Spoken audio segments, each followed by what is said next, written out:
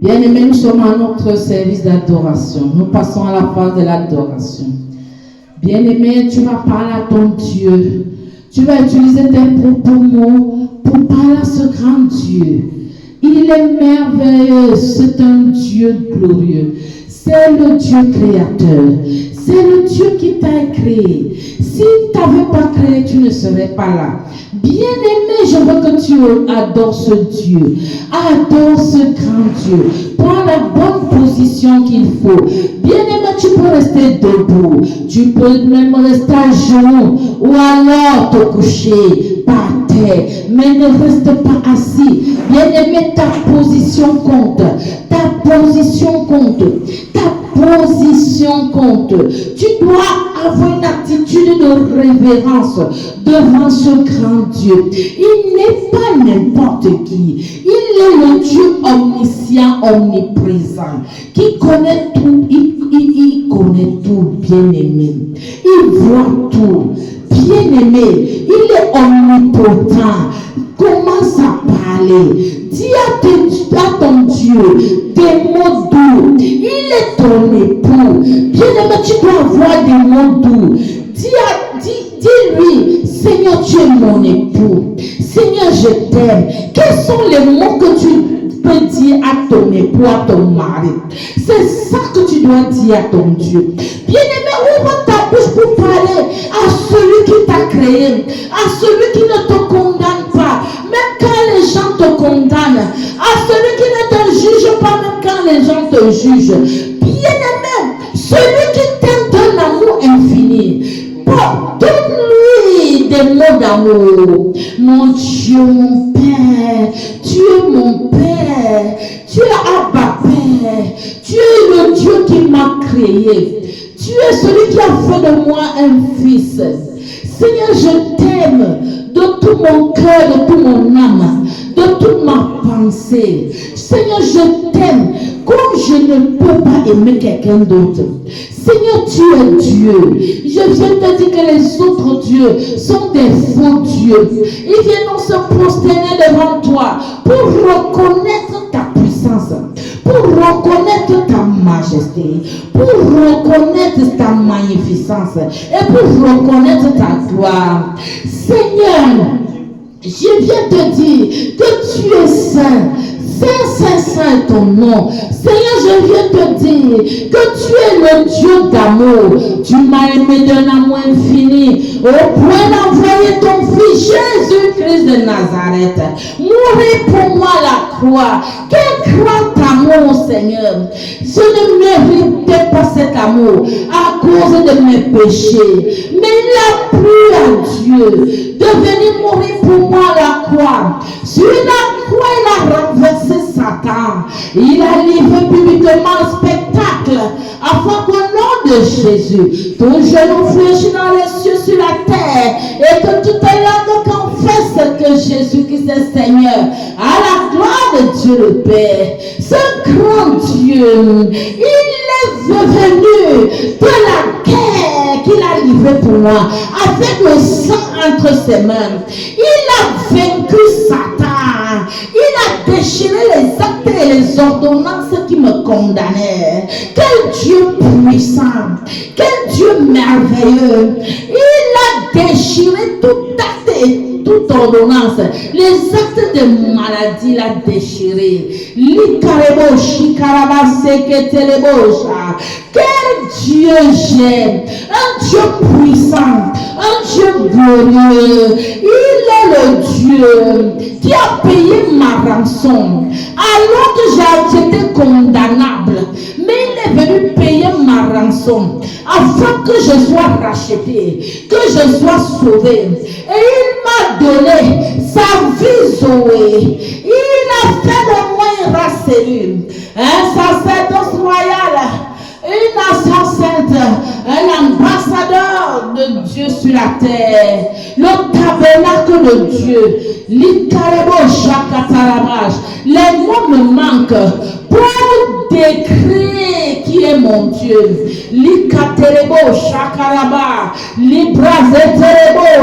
Seigneur, je t'aime de tout mon cœur, de tout mon âme, de toute ma pensée. Seigneur, je t'aime d'un amour infini. Alebo karaba, shikaraba, likozotorobo, shataraba. Alléluia, alléluia, Seigneur, tu es le bon pasteur. C'est toi qui m'emmènes vers les verts pâturages, là où coule le lait et le miel. Seigneur, tu es celui qui m'a toujours soutenu. Oh Dieu, tu es le Dieu de ma délivrance. Tu es le Dieu qui me donne la victoire sur tous mes ennemis. Quand tu t'élèves, tes ennemis se dispersent. Quelle grandeur! Je viens t'exalter, Seigneur, je viens t'élever. Je viens t'acclamer. Bien-aimé, acclame ce grand Dieu. Acclame ce grand Dieu. Vous écrivez la joie.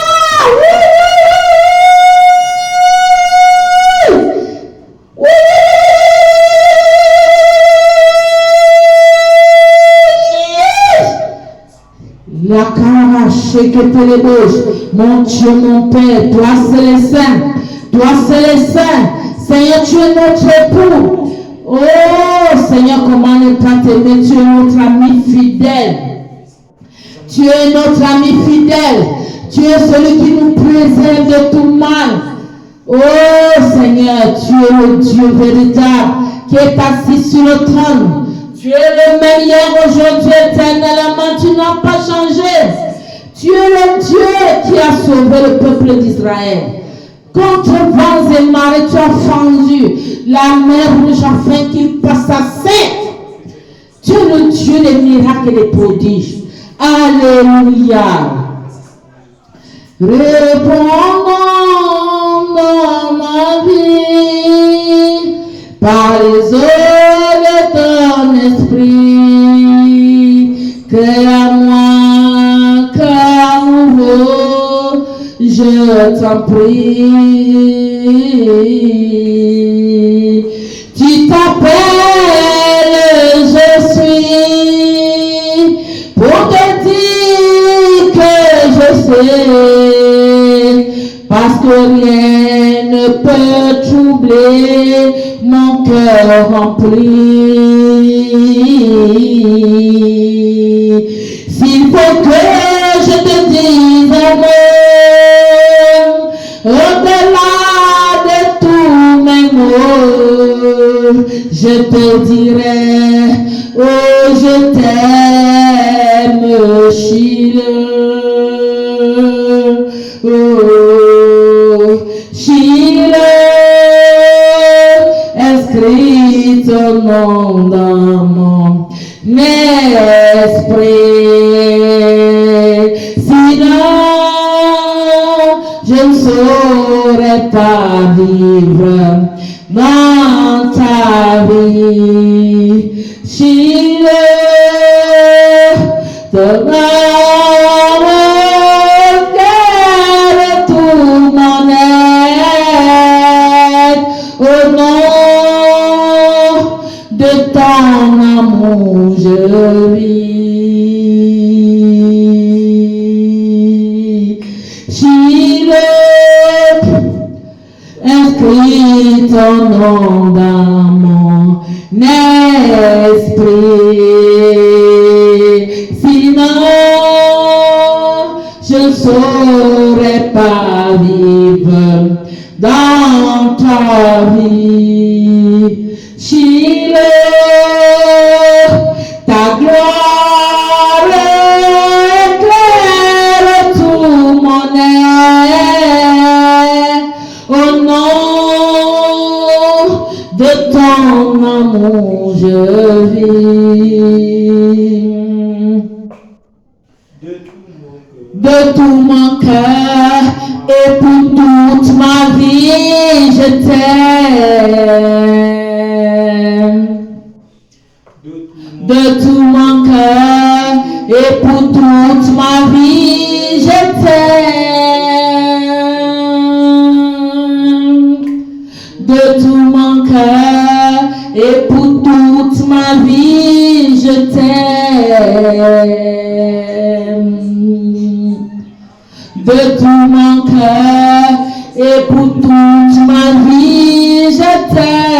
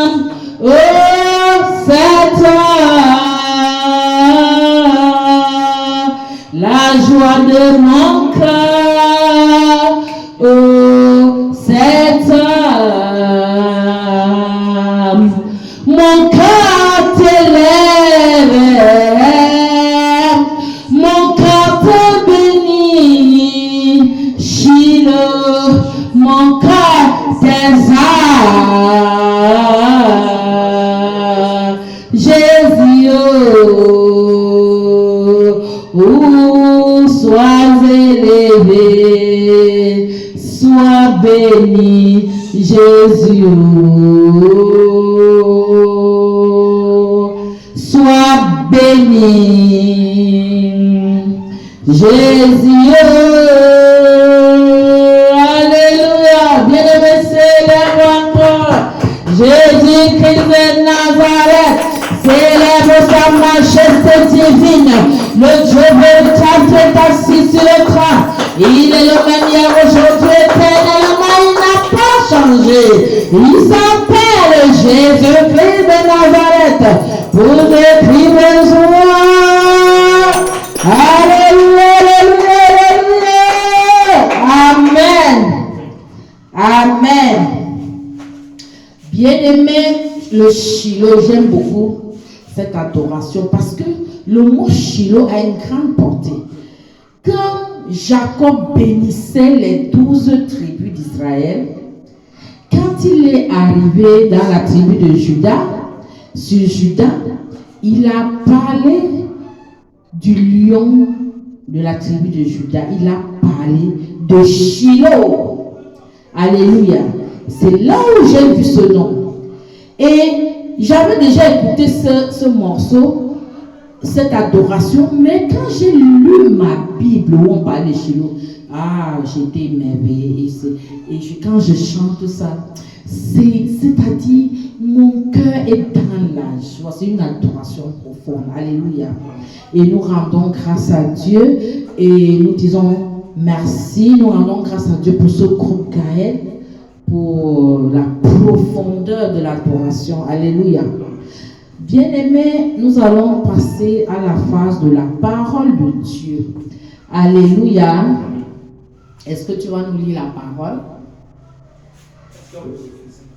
Bon, il faut déjà prêter Apocalypse. Nous allons lire Éphésiens 5, chapitre 25 à 27, et puis Apocalypse 19, versets 7 à 9. Seigneur, j'ai dit Éphésiens, chapitre 5, verset 25 à 27, Apocalypse, chapitre 19, verset 7 à 9. Je lis, nous allons lire au nom de Jésus, mais je vais d'abord prier. Seigneur, pendant que je vais parler de ta part, parce que la Bible dit, c'est poussé par l'Esprit que les personnes ont parlé de ta part. Seigneur, pendant que je parle, je diminue et toi, tu crois en moi. Pendant que je disparais, Seigneur, toi-même tu apparais.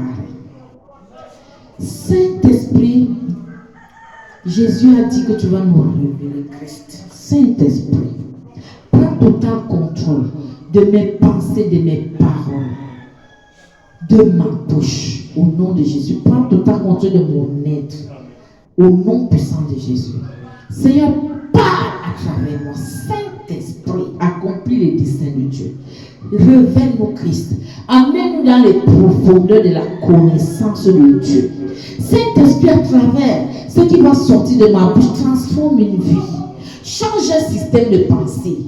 Saint-Esprit, fais des disciples. Alléluia. Seigneur, brise la chair.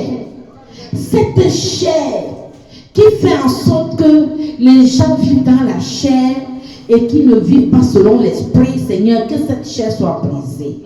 Au nom de Jésus. Pendant que je vais marcher, c'est Jésus qui marche. Quand je vais parler, c'est Jésus qui parle. Seigneur, tout ce qui vient de moi sort hors maintenant au nom de Jésus. Alléluia. Amen. Bien-aimés, nous allons parler de l'épouse de Christ. Alléluia. L'épouse de Christ. Alléluia. Quand on parle d'épouse de Christ, on fait référence à l'église. C'est un peu comme, c'est une similitude avec le couple, c'est-à-dire la femme et l'homme. L'homme est le chef de famille. C'est pour ça qu'il est dit à l'homme d'aimer sa femme, comme Christ a aimé l'église, au point de mourir pour elle. Alors, l'homme doit protéger la femme, comme Christ protège son église. C'est lui qui nous préserve de tout danger. Et la femme doit obéissance, elle doit soumission à son mari qui est le chef. De la même manière, nous qui sommes l'église, c'est-à-dire les membres du corps du Christ, parce que Christ est la tête et nous sommes le corps. Nous sommes les membres du corps de Christ, nous devons soumission, obéissance à Christ. Nous devons obéir à sa parole. L'obéissance vaut mieux que le sacrifice. Alléluia. Nous allons donc lire Éphésiens chapitre 5. Voici le micro.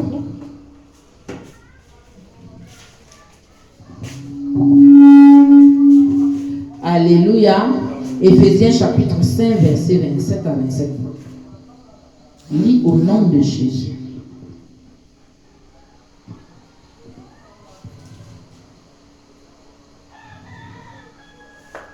Verset 1. Éphésiens chapitre 5 d'abord, chapitre 5, versets 25 à 27. 25 à 27. Je lis au nom de Jésus. Alléluia. Marie, aimez vos femmes, comme Christ a aimé l'Église. Alléluia. Il s'est livré lui-même pour elle, Aïe, aïe, aïe. afin de sanctifier par la parole après l'avoir purifié par le baptême d'eau. Aïe, aïe, aïe. Afin de faire paraître devant lui cette église glorieuse, sans tache ni rien de semblable, mais sainte et incompréhensible. Alléluia. Je relis aussi. Marie, aimez vos femmes, comme Christ a aimé l'Église et s'est livré lui-même pour elle. 26. Afin de la sanctifier par la parole, après l'avoir purifiée par le baptême d'eau. 27. Afin de paraître devant lui, cette église glorieuse, sans tache, ni rien de semblable, mais sainte et irrépréhensible. Amen. Alléluia. Amen. Asseyez-vous d'abord, nous allons lire le prochain après. Alléluia. Amen. Bien-aimés, on parle ici de devoirs domestiques. Alléluia. Amen. Parce qu'on parle d'épouse et de l'épouse, ça veut dire qu'il y a des devoirs domestiques. Il y a ce que l'époux doit faire, il y a ce que la femme doit faire. Alléluia. Amen. Quand nous voyons le mariage céleste, c'est terrestre, parce qu'il y a le mariage céleste, c'est Christ et son épouse. Il y a le mariage terrestre. Alléluia. Bien-aimé, il est écrit la femme soyez soumise à vos maris comme au Seigneur, car le mari est le chef de la famille, comme Christ est le chef de l'Église, qui est son corps et dont il est le sauveur. Or, de même que l'Église est soumise à Christ, les femmes aussi doivent l'être à leur mari en toutes choses. Et en toutes choses, là veut dire selon le Seigneur. Ce n'est pas selon le marabout, ce n'est pas selon les choses du monde, non, c'est selon le Seigneur. Alléluia. Amen. Marie, aimez vos femmes, comme Christ a aimé l'Église et s'est livré pour elle, afin de la sanctifier par la parole après l'avoir purifiée par le baptême d'eau. 27. Afin de paraître devant lui, afin de faire paraître. Ça veut dire que Christ doit faire présenter. Il doit faire paraître devant cette église glorieuse sans tache. Il doit faire paraître devant lui cette église glorieuse sans tache, ni ride, ni rien de semblable, mais sainte et irrépréhensible. Et au verset 28, c'est ainsi que les maris doivent aimer leurs femmes comme leur propre corps. Celui qui aime sa femme s'aime lui-même. Bien-aimé, c'est difficile de pouvoir réussir ses devoirs domestiques. Quand on dit à l'homme d'aimer la femme, il trouve ça dur. Nous voyons des hommes aujourd'hui qui ont plusieurs femmes. Pendant qu'il est même marié à une seule femme, comme lui-même a dit, il a encore des concubines dehors. C'est difficile pour l'homme de faire. Mais Jésus, lui, nous a aimés d'un amour infini au point de sacrifier sa vie à la croix pour nous. Bien-aimé, tu comprends donc la dimension de ton époux spirituel. C'est quelqu'un qui n'a pas failli pour toi. Il t'a pour te protéger. Il est mort pour toi. Aujourd'hui, les maris ne peuvent pas mourir pour leurs femmes. Les maris physiques ne peuvent pas mourir pour leurs femmes. Sont rares. Alléluia. Bien-aimé, tu vois donc que tu dois être soumise à ton mari comme l'Église est soumise à Christ, obéissante. Combien de femmes aujourd'hui sont soumises, sont obéissantes? C'est difficile. C'est pour ça que même dans l'Église de Jésus-Christ, où tu dois être obéissante et soumise, tu n'arrives pas. Au lieu d'obéir à la parole de Dieu, à la volonté de Dieu, toi tu fais autre chose, tu fais ta propre volonté. On appelle ça la désobéissance, on appelle ça l'insoumission. Alléluia. Et ça c'est un péché.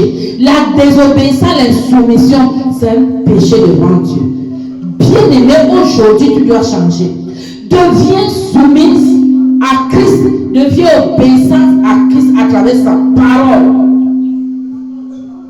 Alléluia. Bien-aimé, nous savons que comme toute fiancée qui se prépare pour son épouse et qui le fait, cette préparation se passe avant le mariage. Bien-aimé, nous savons que demain, Christ demande à son Église de se préparer spirituellement avant le mariage.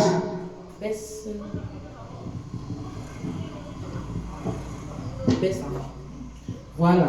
Donc, Christ demande à son Église de se préparer aussi spirituellement. Alléluia. Christ considère son Église comme son épouse. Et cette épouse est précieuse à ses yeux, puisqu'il a donné sa vie pour elle. Alléluia. Christ a donné sa vie pour son Église, c'est-à-dire pour son épouse. Et il lui a réservé un amour glorieux, en l'invitant à prendre part aux noces de l'agneau, que nous allons lire bientôt dans Apocalypse 19, verset 7 à 9. Alléluia.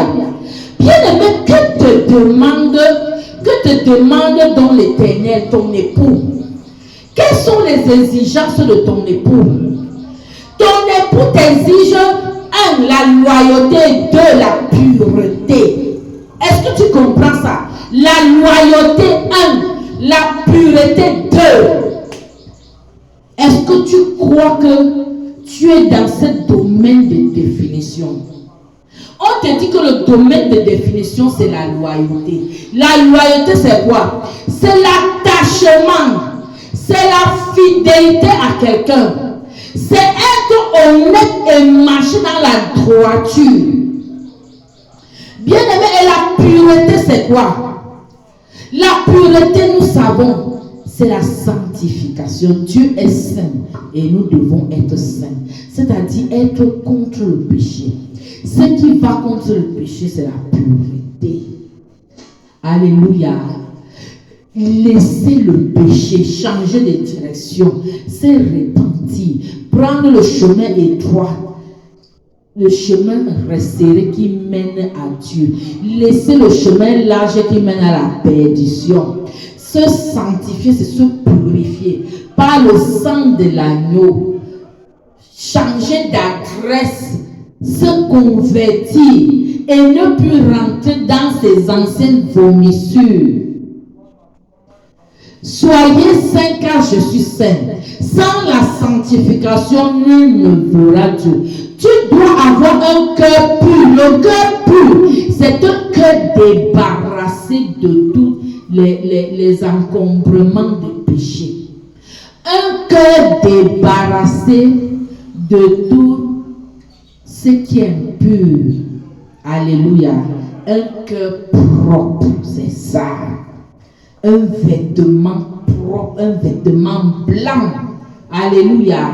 C'est ça, la purification. Et la purification se fait par quoi?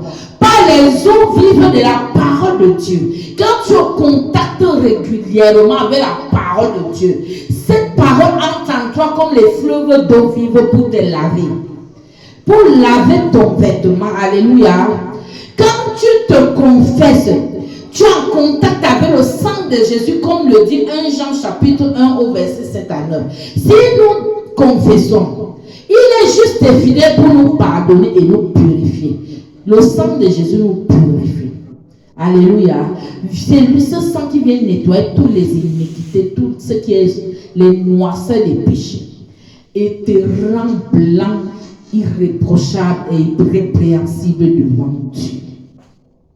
C'est ça qui fait que Dieu te voit comme Jésus-Christ, comme le Saint-Esprit, qui t'a convaincu du péché, de la justice et du jugement. Il a mis la conviction de péché. Et toi, en écoutant la parole de Dieu, tu as été touché. Par cette conviction, tu as été touché. Et tu t'es repenti. Et tu as rétabli ta communion et ton intimité avec Dieu. Alléluia. Bien-aimé, quelles sont les exigences de Dieu que te demande ton époux? La loyauté et la pureté. Nous allons lire Josué 24, 14, qui dit quoi? Josué, fils de Nun.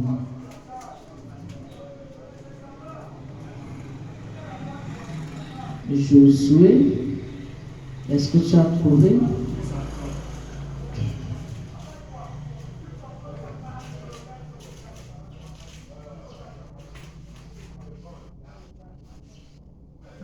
Josué 24, verset 14. Josué 24, verset 14. Tu ouvres le micro et tu parles. Après, tu éteins le micro. Josué, verset 24. Chapitre 24, au verset 14.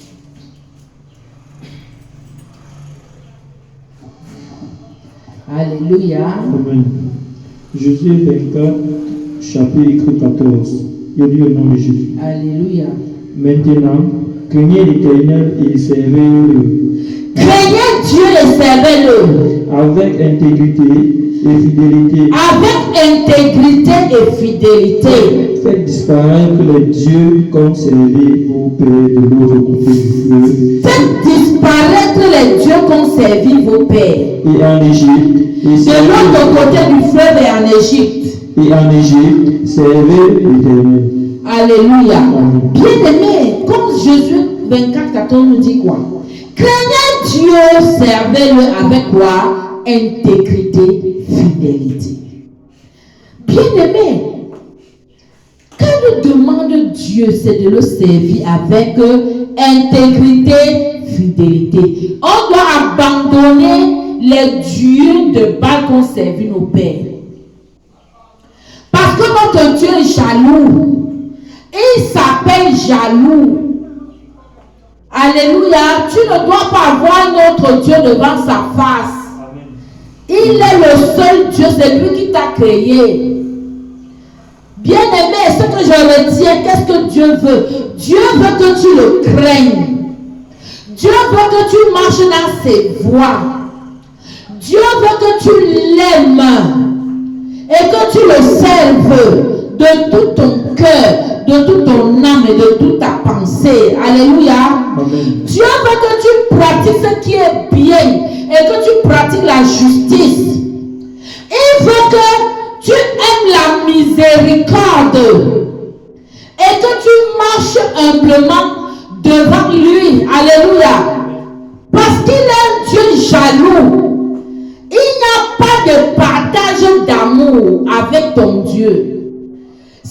Ton Dieu est ton époux. On doit fidélité à son époux. Alléluia. Donc il n'y a pas de partage d'amour avec ton Dieu qui est ton époux. Alléluia. Il n'y a pas de compétiteur. Il ne doit pas avoir un compétiteur à côté. Il ne doit pas avoir des dizaines de bonnes aventures à qui tu donnes de l'attention. Non, c'est à Dieu seul que tu dois donner de l'attention afin qu'il te parle, qu'il te dirige. Alléluia. Bien-aimés, c'est ce que nous pouvons lire dans Exode 25, dans Michée 6, 8 ou dans Deutéronome 22. Ce que Dieu te demande. Amen. Tu dois faire un choix. Fais un choix. Alléluia. Matthieu 6, 24. Nous allons lire Matthieu 6, 24. Alléluia.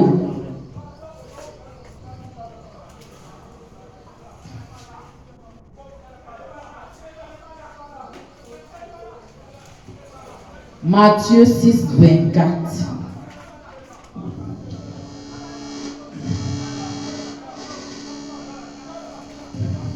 Lis au nom de Jésus. Matthieu 6, 24. Lis au nom de Jésus.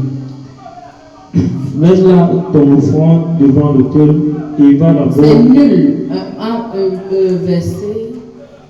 J'ai dit Matthieu 6. Ok, c'est bon. Laissez là ton offrande devant l'autel et va d'abord te réconcilier avec ton frère. Puis, viens présenter ton offrande. Tu confonds, hein, c'est pas là. Matthieu 6, 24. C'est nul ne peut servir deux maîtres. Matthieu 6, chapitre 6. Tu es au chapitre 6. Chapitre 6. Chapitre 6. 24. C'est nul ne peut servir deux maîtres. Car ou il haïra l'un et aimera l'autre, ou il s'attachera à l'un et méprisera l'autre. Vous ne pouvez servir Dieu et Mammon. Tu ne peux servir deux maîtres. Tu ne peux servir Dieu et servir encore à l'Arminbou. Tu ne peux pas dire que tu es avec Dieu et tu pars à gauche à l'Arminbou. Ça veut dire que tu n'es pas avec Dieu. Alléluia. Bien-aimé, c'est très important. Fais le choix. L'Église est appelée à être loyale envers Dieu qui est la parole. Contre la tradition des hommes. Tu ne, entre la parole de Dieu et la tradition des hommes, tu choisis quoi? La parole de Dieu. La parole de Dieu, c'est Dieu, c'est Jésus lui-même. Amen. Bien-aimé, tu dois adopter un comportement de croyant qui glorifie Dieu. Tu ne dois pas être un objet de scandale. Quand on te voit partout, on dit que regarde-moi ce que ce chrétien fait, il dit qu'il est avec Dieu. Non. Ne sois pas une pierre d'achoppement. Ne sois pas un objet de scandale.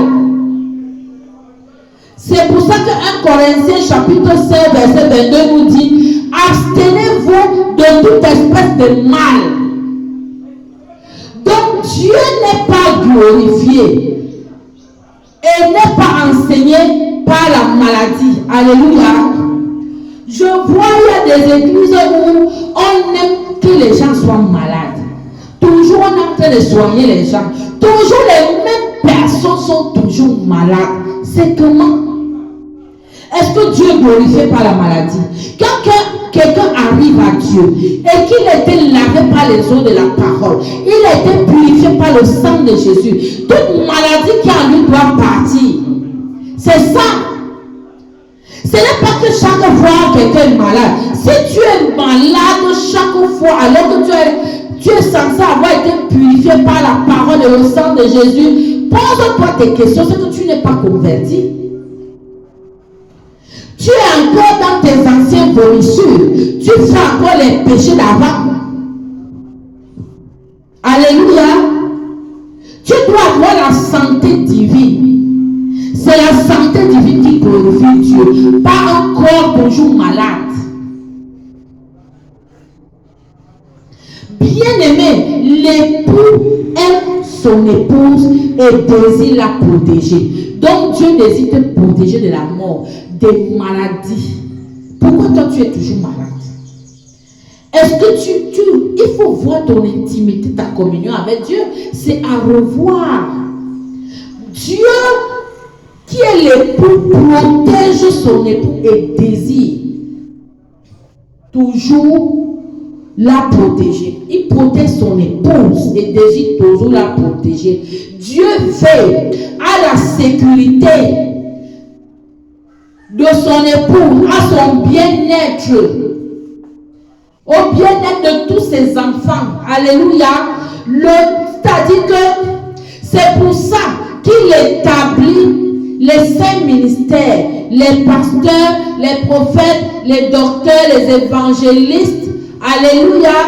Les prophètes, afin qu'ils agissent à titre de gardiens et de protecteurs. Bien-aimé, si Dieu t'a établi en tant que gardien et protecteur de ses enfants, malheur à toi, parce que tu rendras compte à Dieu. Parce qu'il y a ceux qui ont été établis comme gardiens et pasteurs et protecteurs, mais c'est eux qui sont encore un objet de scandale. C'est eux qui couchent avec les âmes de Dieu. C'est eux qui couchent, qui torturent les âmes, qui les dépouillent. Ils sont devenus des loups ravisseurs qui dépouillent et rendent pauvres les enfants de Dieu. Bien-aimé, si tu écoutes ce message, répands-toi. Si tu te reconnais dans ça, répands-toi. Parce que le jugement de Dieu va commencer par l'église. Dieu ne t'a pas donné son épouse. Il a dit que tu apprêtes l'épouse. Ce n'est pas que tu dois devenir un faux gardien, un faux protecteur, c'est-à-dire faux pasteurs, qui sont des loups ravisseurs. Au lieu de faire en sorte que le peuple de Dieu soit béni, vous les dépouillez. Quel est ton rôle? Le